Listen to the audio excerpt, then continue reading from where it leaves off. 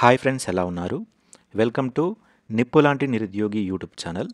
ఇంకా మన యాప్ ఎవరైనా డౌన్లోడ్ చేసుకోకపోతే చేసుకోండి. మీకు నచ్చిన కోర్స్ తీసుకొని చదువుకోండి.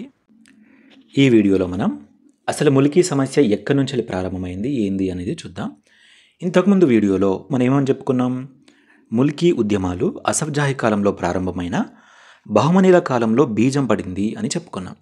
అసలు బహుమనీల కాలంలో ఏం జరిగిందనేది ఇప్పుడు చూద్దాం. అయితే ఏంటంటే, ఒకప్పుడు దక్షిణ భారతదేశంలో అసలు ముస్లింలు అనేవాళ్ళే లేనే లేరు. కానీ ఈ ఢిల్లీ సుల్తాన్ వంశాలైన ఖిల్జీ తుగ్లక్ కాలంలో దక్షిణ భారతదేశం వచ్చి ఇక్కడ రాజ్యాలను గెలిచి పరిపాలన స్టార్ట్ చేసిళ్ళు కదా. ఆ తర్వాత ఇక్కడ ముస్లిం రాజ్యాలు ఏర్పడ్డాయి. ఇక్కడ ముస్లింలు చాలామంది స్థిరపడ్డారు. వీళ్ళందరినీ కూడా దక్కనీలు అని పిలిచేది. ఈ కాలంలోనే ఇతర దేశాల నుంచి అంటే ఇరాన్, ఇరాక్, టర్కీ ఇట్లా ఇతర దేశాల నుంచి కూడా వచ్చి ఇక్కడ స్థిరపడేదన్నమాట. వాళ్ళను అఫాకీలు అనేది. అయితే ఈ దక్కనీలకు అఫాకీలకు పడకపోయేది. ఎందుకంటే ఆ బహుమని రాజులు ఏంటంటే అఫాకీలైన కొంతమందిని ప్రధానిగా నియమించుకున్నారు. దాంతో ఆ ప్రధాని మరికొంతమందిని అఫాకీలను తీసుకొచ్చి ఇక్కడ సైన్యంలో కానీ ఉన్నత ఉద్యోగాల్లో కానీ నియమించడం జరిగింది. ఇలా ఉద్యోగాలన్నీ అఫాకీలే కొల్లగొట్టడంతో అక్కడున్న దక్కనీలలో అసంతృప్తి మొదలై దక్కనీలకు అఫాకీలకు మధ్య వైరం అనేది స్టార్ట్ అయింది. అండ్ ఇదే కాకుండా మతపరమైన గొడవలు కూడా స్టార్ట్ అయినాయి. దక్కనీలో సున్నీ మతస్థులు, అఫాకీలో షియా మతస్థులు. దానివల్ల మతపరమైన గొడవలు కూడా స్టార్ట్ అయినాయి. అట్లా ములికీ ఉద్యమం తారాస్థాయికి వెళ్ళి బహుమని రాజ్యం కాస్త 5 స్వతంత్ర రాజ్యాలుగా అవతరించింది. అంటే విచ్ఛిన్నమైపోయింది బహుమని రాజ్యం. బహుమని రాజ్యం విచ్ఛిన్నమవడానికి చాలా కారణాలు ఉన్నాయి. అందులో ఇది కూడా ఒక కారణమే. ములికీ నాన్ ములికీ ఉద్యమం కూడా ఒక కారణమే అని చెప్పుకోవచ్చు. ఒకసారి మనం లైన్ టు లైన్ చూద్దామండి, మంచిగా అర్థమవుతుంది. బహుమనిల కాలంలో ఢిల్లీ సుల్తాన్ వంశాలైన ఖిల్జీ, తుగ్లక్లోని సైన్యాలతో పాటు అనేక మంది ముస్లింలు దక్షిణ భారతదేశానికి వచ్చి స్థిరపడ్డారు. వీరిని దక్కనీయులుగా పిలిచేవారన్నమాట. అదే కాలంలో పశ్చిమాసియా దేశాలైన ఇరాన్, ఇరాక్, టర్కీ, అరేబియా దేశాల నుండి అనేక మంది ముస్లింలు భారతదేశానికి వచ్చి బహుమనిల సామ్రాజ్యంలో స్థిరపడ్డారు. వీరిని అఫాకీలు అని పిలుస్తారు. ఓకేనా? సింపుల్గా మీరు ఎట్లా గుర్తుంచుకుంటారంటే, ఉత్తర భారతదేశం నుంచి వచ్చి దక్షిణ భారతదేశంలో స్థిరపడ్డ ముస్లింలను దక్కనీలు అని, ఇతర దేశాల నుంచి వచ్చి దక్షిణ భారతదేశంలో స్థిరపడ్డ ముస్లింలను అఫాకీలు అని పిలిచేవారనేది గుర్తుంచుకోండి. తర్వాతి కాలంలో దక్కనీలు ముల్కీలుగా, అఫాకీలు నాన్ ముల్కీలుగా పేర్కొనబడ్డారు. ఓకేనా? తర్వాతి కాలంలో దక్కనీలు ముల్కీలుగా, అఫాకీలు నాన్ ముల్కీలుగా పేర్కొనబడ్డారు. అయితే అఫాకీలు బహుమని రాజ్యంలోని సైన్యంలో ఉద్యోగాల్లో చేరి ఉన్నత స్థానాలు పొందారు. స్థానికులుగా ఉన్న దక్కనీలను మాత్రం 2వ శ్రేణి పౌరులుగా పరిగణించబడేవారు.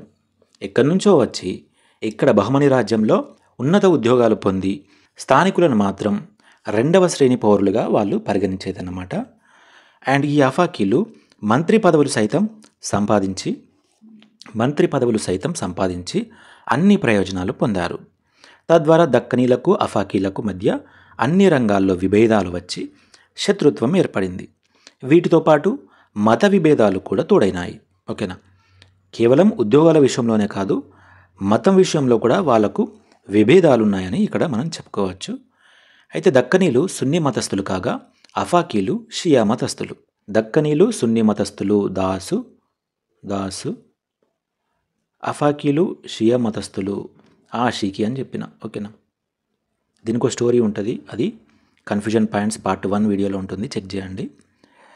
అయితే బహుమని రాజ్యంలో పేరు ప్రఖ్యాతలు గడించిన ప్రధానులైన హాసన్ మరియు మహమ్మద్ గవాన్ వీళ్ళిద్దరు కూడా అఫాకీలే. వీళ్ళు అఫాకీలు కాబట్టి వాళ్ళ కింద కూడా చాలామందిని అఫాకీలనే నియమించేది. దానివల్ల అఫాకీలకు దక్కనీలకు శత్రుత్వం ఏర్పడింది, ఉద్యోగాల విషయంలో, మతాల విషయంలో కూడా. అయితే ఈ హాసన్ గుజరాత్పై దాడి చేసినప్పుడు సైన్యంలో గల దక్కనీలు సహాయ నిరాకరణ వల్లనే ఓటమి పొందడం జరిగింది. ఈ ప్రధాని హాసన్ గుజరాత్పై దాడి చేసినప్పుడు ఈ దక్కనీలు అనేది ఆ యుద్ధానికి సహకరించలేదు. దీనివల్లనే హాసన్ ఓడిపోవడం జరిగిందని ఇక్కడ అంటున్నాడన్నమాట. చివరికి దీన్ని ఆసరాగా తీసుకొని గుజరాత్ సైన్యం హాసన్తో పాటు చాలామంది సైన్యాన్ని హతం చేసింది. ఇక మూడవ అహ్మద్ షా ఎవరండి? మూడవ అహ్మద్ షా కాలంలో ప్రధానిగా మహమ్మద్ గవా నియమించబడ్డాడు. ఈయన రాజధాని బీదర్లో ఒక పెద్ద విశ్వవిద్యాలయాన్ని కూడా స్థాపించడం జరిగింది. ఇందులో బోధకులు కావచ్చు, విద్యార్థులు కావచ్చు, అఫాకీలకే ఆయన పెద్దపీట వేయడం జరిగింది. గవన్ చేపట్టిన అనేక సంస్కరణలు దక్కనీలకు పూర్తిగా నష్టం కలిగించాయని చెప్పుకోవచ్చు. మొదటి సాలార్ జంగ్ సంస్కరణ తీసుకొచ్చి ఉత్తర భారతదేశంలో ఉండే మేధావులను అక్కడి నుండి ఇక్కడికి రప్పించుకొని ఉద్యోగాలు ఇచ్చిండు.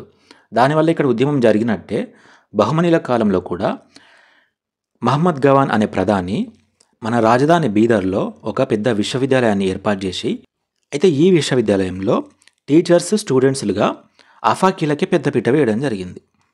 దానివల్ల దక్కనీలకైతే చాలా నష్టం జరిగింది అని ఇక్కడ అంటున్నాడు. ఓకేనా. బీదర్ పట్టణంలో దక్కనీలకు అఫాకీలకు తీవ్ర ఘర్షణలు జరిగాయి. అనేక మంది మరణించారు కూడా. వీరి మధ్య అంతఃకలహాల కారణంగానే బహుమని సామ్రాజ్యం విచ్ఛిన్నమై 5 స్వతంత్ర రాజ్యాలుగా అవతరించింది. ఇది ఒక్కటే కారణం కాదండి, చాలా కారణాలు ఉన్నాయి. అందులో ఇది కూడా ఒక కారణం అని చెప్తున్నారు అన్నమాట. ఈ 5 స్వతంత్ర రాజ్యాల్లో గోల్కొండ లేదా కుతుబ్ షాహీ సామ్రాజ్యం కూడా ఒకటి. దీని గురించి కూడా చూద్దాం. ఈ బహుమనుల కాలంలో అయితే ఏం జరిగిందనేది మీకు అర్థమైంది కదా. ఉత్తర భారతదేశం నుంచి వచ్చి స్థిరపడ్డ వారిని దక్కనీలు అని, వేరే దేశాల నుంచి వచ్చి స్థిరపడ్డ వారిని అఫాకీలు అని అనేది. అయితే ఈ బహుమనీ కాలంలో అఫాకీలకు ఎక్కువగా ప్రాధాన్యత ఇవ్వడం వల్ల అఫాకీలకు దక్కనీలకు విభేదాలు ఏర్పడ్డాయి. కేవలం ఉద్యోగాల పరంగానే కాకుండా మతపరమైన విభేదాలు కూడా వీరికి ఉన్నాయి. చివరికి దీనివల్ల బహుమనీ సామ్రాజ్యమే విచ్ఛిన్నమైందని ఇక్కడ చెప్తున్నాడు అన్నమాట. ఓకేనా. నెక్స్ట్ కుతుబ్ షాహీల కాలంలో ముల్కీ సమస్య ఉందా లేదా, అసలు ఏమైంది అనేది చూద్దాం. అయితే ఈ బహుమనీల కాలంలో ఈ పేర్లు కూడా గుర్తుంచుకోవాలండి. మూడవ అహ్మద్ షా కాలంలో ప్రధానిగా మహమ్మద్ గవా నియమించబడ్డాడు. ఆయన బీదర్లో విశ్వవిద్యాలయాన్ని ఏర్పాటు చేశాడు. ఓకేనా, అవి గుర్తుంచుకోవాలి. అండ్ అలాగే ఇంతకుముందు వీడియోలో చెప్పినట్లుగా దక్కనీలు ఏ మతస్థులు, అఫాకీలు ఏ మతస్థులు అనేది కూడా గుర్తుంచుకోవాలి. ఓకేనా. దక్కనీలు అని ఎవరిని అంటారు, అఫాకీలు అని ఎవరిని అంటారు అనేది కూడా అడిగే ఛాన్స్ ఉంది. సో ప్రతి పాయింట్ అయితే చదువుకోవాలి. నెక్స్ట్ కుతుబ్ షాహీల కాలంలో అసలు ముల్కీ సమస్య ఉందా అంటే ముల్కీ సమస్య లేదని చెప్పుకోవచ్చు. ఎందుకు లేదు అంటే వీళ్ళు స్థానికులకే పెద్ద పీట వేయడం జరిగింది. పీట పెద్దది కాదు, ప్రాధాన్యత ఎక్కువగా ఇవ్వడం జరిగిందని చెప్తున్నా. అంటే ఏంటంటే ఇప్పుడు తెలంగాణ పోయి ఆంధ్రాలో కలిసిన తర్వాత మనకివ్వాల్సిన ఉద్యోగాలు మనకిచ్చి, మనకివ్వాల్సిన నిధులు మనకిచ్చి, మనం ఉపయోగించుకోవాల్సిన నీటిని మనం ఉపయోగించుకోగలిగితే అసలు ఈ తెలంగాణ ఉద్యమం వచ్చేదే కాదు. ఈ ఆంధ్ర వాళ్ళు మన తెలంగాణలో భూములను కొల్లగొట్టడం జరిగింది, ఉద్యోగాలను కొల్లగొట్టడం జరిగింది, మన నిధులను అటు మరలించడం జరిగింది, మన నీటిని కూడా వాళ్ళు వాడుకోవడం జరిగింది. దానివల్లనే తెలంగాణ ఉద్యమం జరిగింది కదా. అలా కాకుండా మనకు గనక ప్రాధాన్యత ఇచ్చి ఉంటే అసలు తెలంగాణ ఉద్యమమే వచ్చేది కాదు, ఆంధ్రప్రదేశ్ అలానే కొనసాగేది కదా. అయితే కుతుబ్ షాహీల కాలంలో వాళ్ళు ముల్కీలకు లేదా స్థానికులకు ఎక్కువగా ప్రాధాన్యత ఇవ్వడం జరిగింది. దానివల్ల ఏమైంది, ఈ ముల్కీ సమస్యనైతే కుతుబ్ షాహీల కాలంలో లేదు. ఓకేనా. ఒకసారి ఇక్కడ గమనించండి. కుతుబ్ షాహీ రాజులు స్థానికులకు పెద్దపీట వేసి సంయమనం పాటించారు. స్థానిక భాష తెలుగును ప్రోత్సహిస్తూ అక్కన్న, మాదన్న వంటి తెలుగు కవులను కూడా ఆదరించారు. కుతుబ్ షాహీ రాజు అయిన అబుల్ హసన్ తానీషా అక్కన్నను పేష్కర్గా, మాదన్నను మహామంత్రిగా ఉన్నత పదవుల్లో నియమించాడు. కుతుబ్ షాహీలు స్థానిక భాషా సంస్కృతులను గౌరవించడం, స్థానికులకే అధిక ఉద్యోగాలు ఇవ్వడం వలన వీరి కాలంలో ముల్కీ సమస్య తలెత్తలేదని చెప్పుకోవచ్చు. ఓకేనా, అర్థమైందా? సింపుల్గా మీరు ఏమని గుర్తుంచుకుంటారంటే కుతుబ్ షాహీల కాలంలో ముల్కీలకు ప్రాధాన్యతనిచ్చి ముల్కీల యొక్క భాషకు, సంస్కృతికి గౌరవం ఇవ్వడం వల్ల అండ్ వాళ్లకు అధిక ఉద్యోగాలు ఇవ్వడం వల్ల ఈ ముల్కీ సమస్యనైతే తలెత్తలేదు అనేది గుర్తుంచుకోండి. ఇంకొక పాయింట్ ఇక్కడ నేను రాయలేదు. కుతుబ్ షాహీలు ఏ మతస్థులు అంటాడు, ఏమని చెప్పాలండి? సున్నీ మతస్థులా లేదా షియా మతస్థులా చెప్పండి. కుతుబ్ షాహీలు షియా మతస్థులు, సున్నీ మతస్థులు కాదు. ఓకేనా. వీళ్ళు కూడా ఇరాన్, ఇరాక్ ఆ ప్రాంతం నుండి వచ్చిన వాళ్ళే కాబట్టి వీళ్ళు సున్నీలు కాదు, వీళ్ళు షియా మతస్థులు. ఇది కూడా మీరు ఎలా గుర్తుంచుకుంటారు? కుషి అని గుర్తుంచుకోండి. ఓకేనా. కుతుబ్ షాహీలు షియా మతస్థులు. నెక్స్ట్ అసఫ్ జాహీ కాలంలో. అసఫ్ జాహీ కాలంలో ముల్కీ సమస్య ఉందా అంటే ఉంది. అసలు ఎట్లా మొదలైంది ఏంది అనేది చూద్దాం. మొదటి సాలార్ జంగ్ ప్రధాని కాకముందుకు హైదరాబాద్ సంస్థానం అధ్వాన పరిస్థితిలో ఉండేది. ఒకవైపు బ్రిటిష్ వారు సైన్య సహకార ఒప్పందం చేసుకొని హైదరాబాద్ సంస్థానాన్ని దోచుకోవడం స్టార్ట్ చేసేళ్ళు. మరోవైపు హైదరాబాద్ సంస్థానంలో ఉద్యమకారులు, మేధావులు నిజాంకు వ్యతిరేకంగా ఉద్యమాలు చేశారు. ఇంకోవైపు నిజాం ప్రభువులు అప్పుల మీద అప్పులు చేసి అప్పుల పాల ఇల్లు. ఇలాంటి పరిస్థితుల్లో హైదరాబాద్ సంస్థానం ఉన్నప్పుడు మొదటి సాలార్జంగ్ ప్రధానమంత్రి అయి అనేక సంస్కరణలు ప్రవేశపెట్టి హైదరాబాద్ సంస్థానానికి పునర్వైభవం తీసుకురావడం జరిగింది కదా. ఈ సంస్కరణలు ప్రవేశపెట్టాలంటే హైదరాబాద్ సంస్థానంలో చదువుకున్న వాళ్ళు కావాలి. అప్పటికి ఇంకా స్కూల్స్ లాంటివి ఏమీ లేవు. సో మొదటి సాలార్జంగ్ విద్యా సంస్కరణలు చేసి స్కూళ్ళను స్థాపించాడు. స్కూళ్ళను స్థాపించినంత మాత్రాన విద్యాబుద్ధులు రావు కదా, వారికి ఒకరు ఎవరో ఒకరు చెప్పాలి కదా, చెప్తేనే కదా విద్యాబుద్ధులు వచ్చేది. ఆ విధంగా కొంతమందిని విద్యావంతులను ఉత్తర భారతదేశం నుంచి రప్పించుకోవడం జరిగింది. ఫర్ ఎగ్జాంపుల్ అఘోరనాథ చట్టోపాధ్యాయ ఉన్నాడు. ఆయన కూడా బెంగాల్ నుంచి హైదరాబాద్ సంస్థానానికి వచ్చాడు, ఇక్కడే స్థిరపడ్డాడు. ఆ విషయం మనకు అందరికీ తెలుసు. అట్లా చాలామంది వచ్చేళ్ళు. ఈ విద్యా సంస్కరణలే కాదు, పోలీస్ సంస్కరణలు, సైనిక శాఖ సంస్కరణలు, కరెన్సీ సంస్కరణలు, రవాణా సంస్కరణలు, న్యాయ సంస్కరణలు, ఇట్లా అన్నీ ప్రవేశపెట్టి హైదరాబాద్ సంస్థానాన్ని ఒక గాడిలో పెట్టే ప్రయత్నంలో చాలామంది విద్యావేత్తలను, చాలామంది మేధావులను ఉత్తర భారతదేశం నుండి రప్పించుకోవడం జరిగింది. అండ్ అలాగే మొదటి సాలార్జంగ్ తనకు సహాయకులుగా సయ్యద్ అహ్మద్ ఖాన్ మరియు అమీనుద్దీన్ ఖాన్లను నియమించుకున్నారు. అయితే ఈ ఇద్దరు కూడా నాన్ముల్కీలను ఈ హైదరాబాద్ సంస్థానానికి రప్పించడంలో ముఖ్య పాత్ర పోషించారని చెప్పుకోవచ్చు. సయ్యద్ అహ్మద్ ఖాన్ అలీగఢ్ ముస్లిం యూనివర్సిటీ స్థాపించిన తర్వాత అక్కడున్న విద్యావంతులను మొత్తం ఇక్కడికి తీసుకొచ్చి ఇక్కడ ఉద్యోగాలు ఇప్పించేదన్నమాట. అండ్ అలాగే అమీనుద్దీన్ ఖాన్ కూడా అంతే, చాలామందిని ఉత్తర భారతదేశం చెల్లి ఇక్కడికి రప్పించి ఉద్యోగాలు ఇప్పించేది. సరే వచ్చిళ్ళు, వాళ్ళ పని వాళ్ళు చేసుకొని వెళ్తారా అంటే అలా కూడా కాదు. వాళ్ళు ఇక్కడ ఏం చేసిళ్ళు అంటే చిన్న చిన్న ఉద్యోగాలు క్రియేట్ చేసి మరికొంతమందిని ఉత్తర భారతదేశం చెల్లి పిలిపించుకొని ఇక్కడ ఉద్యోగాలు ఇప్పించేది.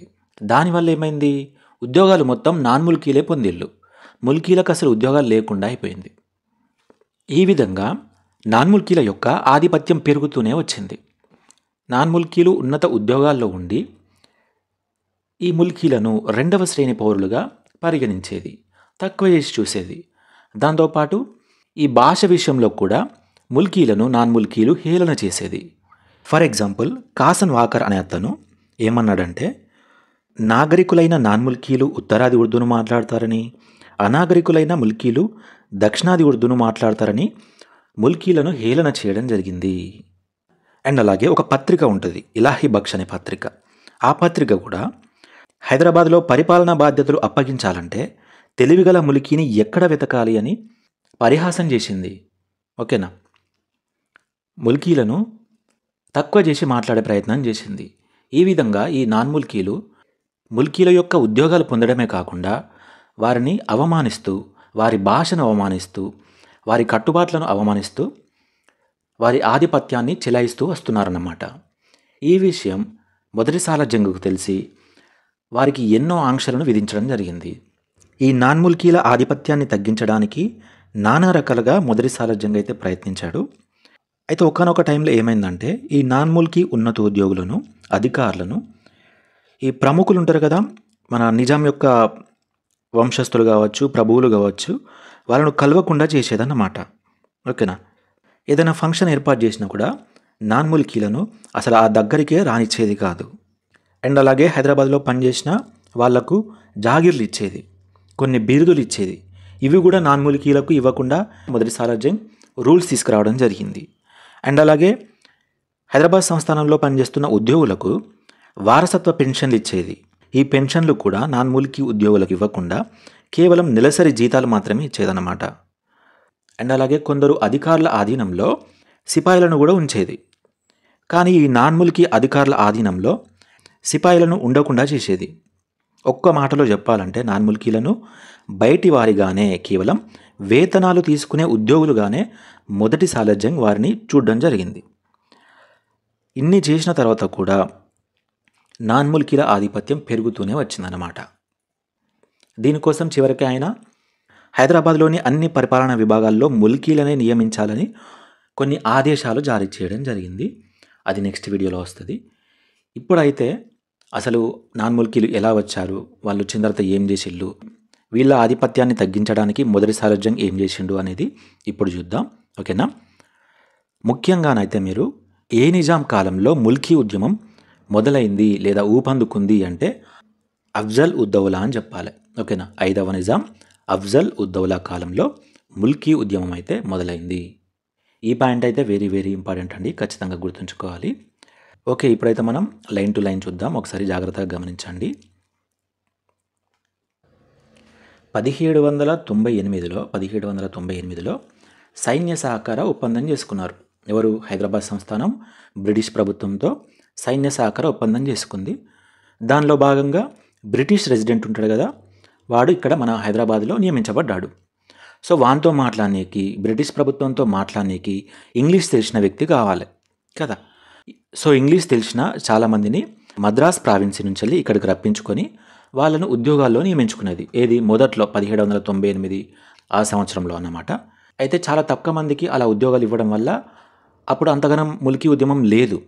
కానీ మొదటి సాలార్జంగ్ వచ్చి సంస్కరణలు ప్రవేశపెట్టిన తర్వాత ఉద్యమం అనేది తీవ్ర స్థాయికి వెళ్ళిపోయింది. ఒకసారి ఇక్కడ గమనించండి. ముఖ్యంగా 5వ నిజాం అఫ్జల్ ఉద్దౌలా కాలంలో ముల్కీ ఉద్యమం అయితే ఊపందుకుంది. అయితే ఈయన కాలంలో ముల్కీ సమస్య రావడానికి ప్రధానంగా 2 కారణాలు ఉన్నాయని చెప్పుకోవచ్చు.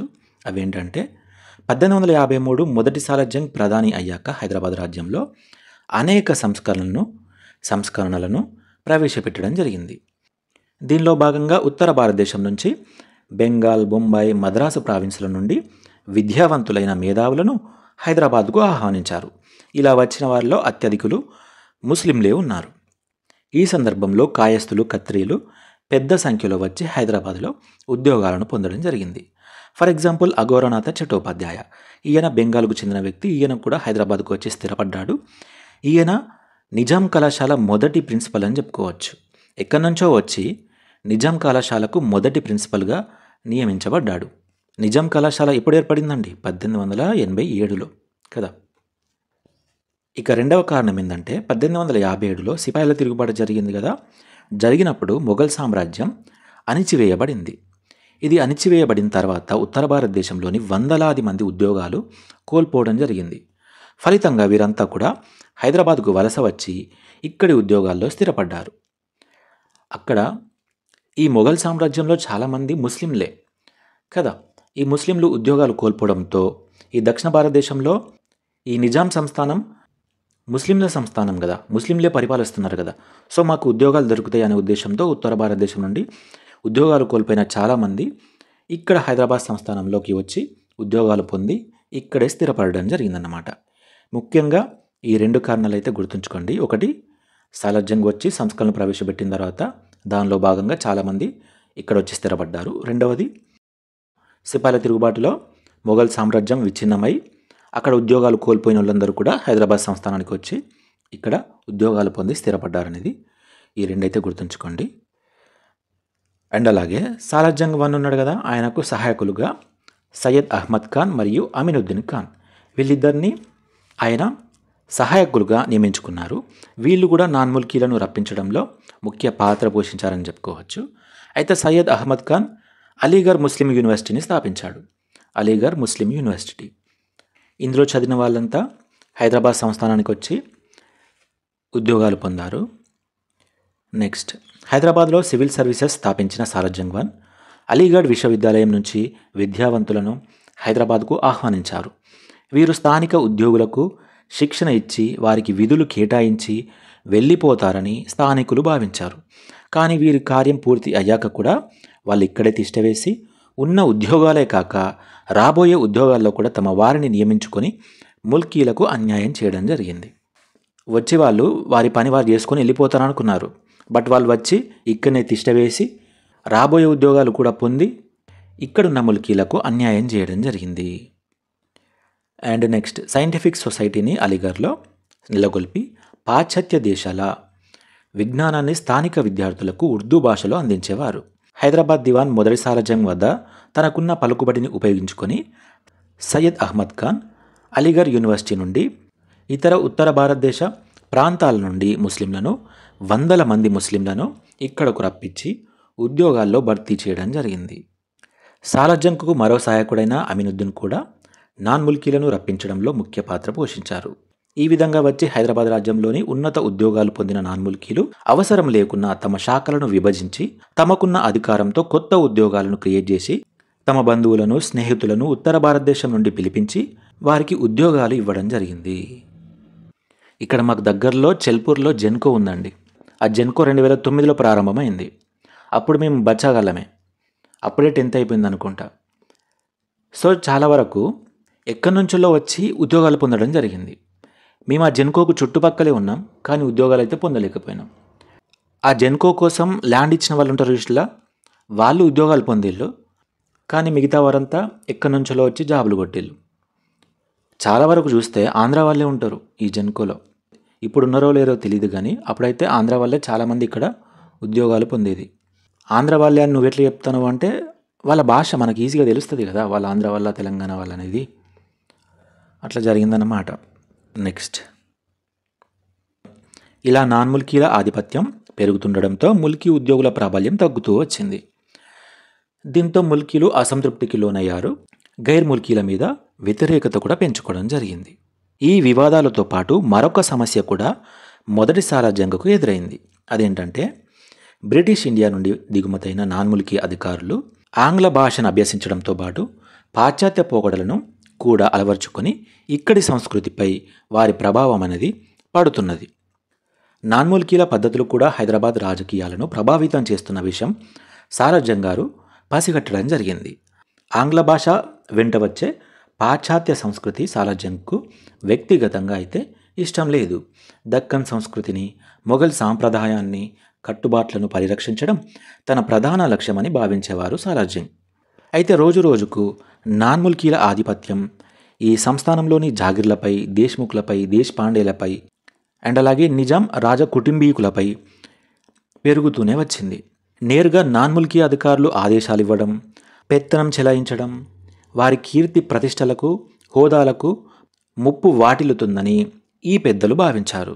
దీంతో నాన్ ముల్కీ ఉన్నతోద్యోగులను, అధికారులను, ఈ ప్రముఖులు ఉన్నారు కదా నిజాం సంస్థానం యొక్క ప్రముఖులు, రాజకుటుంబీకులు, వాళ్ళు ఒకరినొకరు కలుసుకోకుండా కఠినమైన నిబంధనలను మరియు విధానాలను మొదటి సాలార్జంగ్ అయితే రూపొందించడం జరిగింది. అయితే ఈ నాన్ ముల్కీలు ఏం చేసిల్లంటే, నిజాం సంస్థానంలో ఉన్న నిజాం కుటుంబీకులను, దేశపాండేలను, జాగీర్లను, దేశ్ముఖ్లను లెక్క చేయకపోయేది. మళ్ళీ వారి మీద పెత్తనం కూడా చెలాయించేది. దీంతో సాలార్జంగ్ ఏం చేసిండంటే, నాన్ ముల్కీలను దూరంగా ఉంచే ప్రయత్నం చేసిండన్నమాట. నిజాం సంస్థానానికి దరిదాపుల్లో కూడా నాన్ ముల్కీలను రానిచ్చేవారు కాదు. ఏదైనా ప్రైవేట్ ఫంక్షన్ అయినా కూడా నాన్ ముల్కీలను దూరంగా ఉంచేది. వారికి ఎన్నో ఆంక్షలు విధించేది. అప్పుడప్పుడు ప్రత్యేక అనుమతితో మాత్రమే నాన్ ముల్కీలు స్థానిక ప్రముఖులను కలవాల్సి ఉంటుందనే నిబంధనను కూడా మొదటి సాలార్జంగ్ జారీ చేయడం జరిగింది.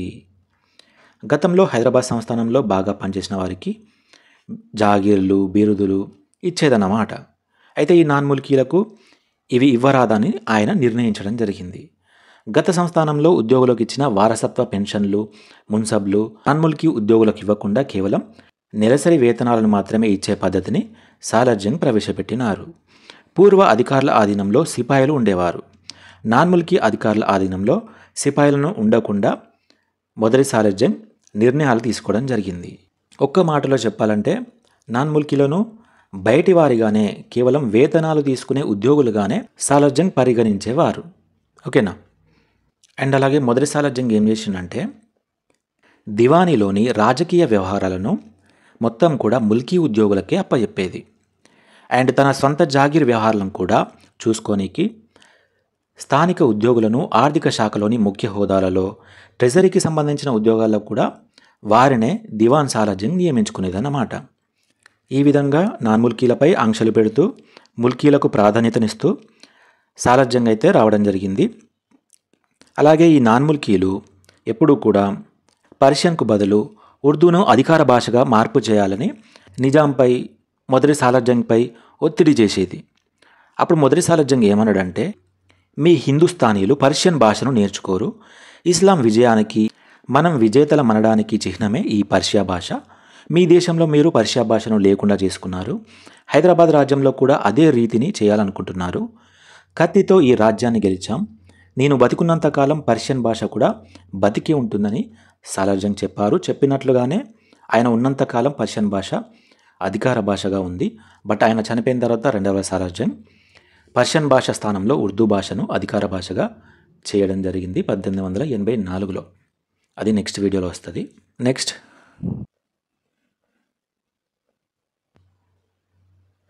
నాన్ముల్కీలోనే కాదు, బ్రిటిష్ వారిని కూడా దూరంగానే ఉంచాడు మొదటి సాలార్జంగ్. బ్రిటిష్ వారిని అసలు అడుగుపెట్టనివ్వకపోయేది. ఏంది, ఎందుకు అట్లా చేస్తున్నారు మీరు మొదటి సాలార్జంగ్ అంటే, అదుపులో లేని సాయుధ అసాంఘిక శక్తుల వలన యూరోపియన్లకు, బ్రిటిష్ అధికారులకు రక్షణ ఉండదనే కారణంతో ఆంక్షలు పెట్టవలసి వచ్చిందని వారిని నచ్చజెప్పేదన్నమాట సాలార్జంగ్. అంటే బ్రిటిష్ వారిని కూడా దూరంగా పెట్టేది. మమ్మల్ని ఎందుకు ఇట్లా దూరం పెడుతున్నారంటే, అసాంఘిక శక్తులు ఉన్నాయి, వారి వల్ల మీకే నష్టం జరుగుతుంది, అందుకనే మిమ్మల్ని దూరంగా ఉంచుతున్నాం, మీకు ఏ అపాయం రాకుండా చూసుకుంటున్నామని కవర్ చేసేదన్నమాట. అలాగే బ్రిటిష్ రెసిడెంట్ ఉంటాడు కదా, వారు ప్రతిపాదించే వివాదాస్పద సంస్కరణలను వ్యతిరేకించడానికి ముస్లిం ప్రముఖులు, రాజకుటుంబీకుల సాంప్రదాయాల్లోని వెనుకబాటుతనాన్ని సాకుగా ఉపయోగించుకునేవారు సాలార్జంగ్. ఈ టాపిక్లో మీరు ఏం అర్థం చేసుకోవాలంటే, సంస్కరణల కోసం మొదటి సాలార్జంగ్ ఉత్తర భారతదేశం నుండి ముస్లింలను ఇక్కడికి రప్పించడం జరిగింది. వాళ్ళు వచ్చిన వాళ్ళు వాళ్ళ పని చేసుకొని వెళ్లకుండా ఇక్కడ కొత్త ఉద్యోగాలు క్రియేట్ చేసి ఇక్కడనే తిష్టవేయడం జరిగింది. దీంతో ముల్కీలకు, నాన్ ముల్కీలకు వివాదాలు ఏర్పడ్డాయి. ఈ వివాదాలను తగ్గించడానికి మొదటి సాలార్జంగ్ చాలా ప్రయత్నాలు చేసిండు. ఈ నాన్ ముల్కీలు రోజురోజుకు దేశ్ముఖ్లపై, జాగీర్దార్లపై, దేశపాండేలపై, నిజాం యొక్క కుటుంబీకులపై పెత్తనం చెలాయించేసరికి ఈ నాన్ ముల్కీలను దూరం పెట్టే ప్రయత్నం కూడా చేసిండు. అండ్ అలాగే బ్రిటిష్ వారిని కూడా దూరంగానే ఉంచే ప్రయత్నం చేసిండు.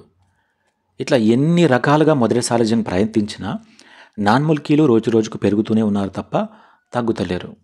సో వీళ్ళను అదుపు చేయడానికి మొదటి సాలార్జంగ్ హైదరాబాద్ పరిపాలన విభాగాల్లో ముల్కీలనే నియమించాలని ఆదేశాలు జారీ చేయడం జరిగింది. దాన్నే ముల్కీ తొలి ఉత్తర్వులు అంటారు. అది మనం నెక్స్ట్ వీడియోలో చూద్దాం. ఓకేనా? ఇదంతా ఇంపార్టెంట్ ఏం కాదు, బట్ ఏం జరిగింది, అసలు ఆ స్టోరీ ఏంది అనేది మనకు తెలియాలి. కాబట్టి ఒకసారి మళ్ళీ PDF ఓపెన్ చేసి చదువుకోండి. నెక్స్ట్ అయితే మనం ముల్కీ తొలి ఉత్తర్వుల గురించి, 1888 గెజిట్ గురించి, 1910 ప్రకటన గురించి, వీటన్నిటి గురించి కూడా నీట్గా చూద్దాం. ఓకేనా?